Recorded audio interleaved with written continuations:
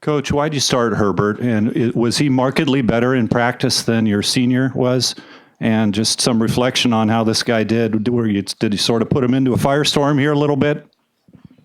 I mean, that firestorm term obviously is relative, but I thought he prepared great last week. And the biggest thing, our team needed a spark.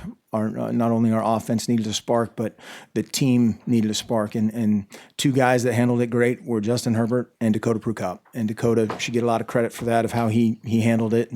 And from the word go last Monday, the team knew exactly what we were doing, and it showed. We prepared very well starting on that Monday, and other, like we were just talking about, other than the first throw, there's obviously a million things that you'll coach up going forward. The first throw, the biggest thing he didn't do was trust himself, which is very common for a young guy.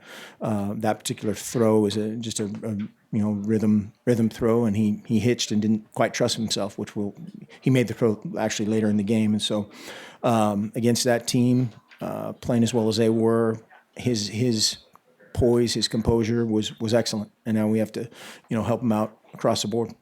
Do you feel comfortable going with Herbert going forward, or are you going to reassess in the off week? Well, we'll always reassess and compete, but I would see that going forward. Yes. You guys have talked defensively in practice that you've seen some improvements. What are you seeing on Saturdays that isn't carrying over, or is it just what's kind of the difference between practice and what's happening on Saturdays?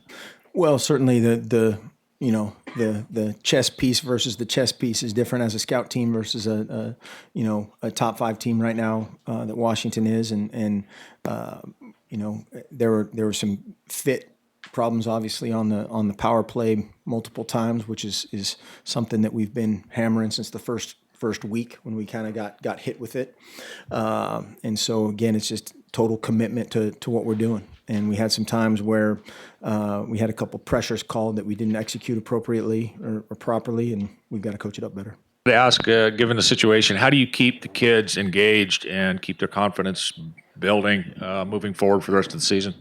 We treat them exactly the same after a win or a loss, and we keep coaching them, we keep loving them, we keep focusing on the future.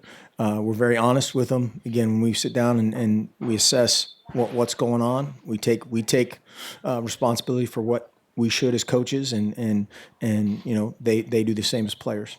Do you think there are some changes afoot that you need to make, or are you just going to try to refine what you're doing and execute those things? Both. I think there's certainly schematic things, principles things as far as what we're doing and will do going forward, and part of it is communication, refining all those things.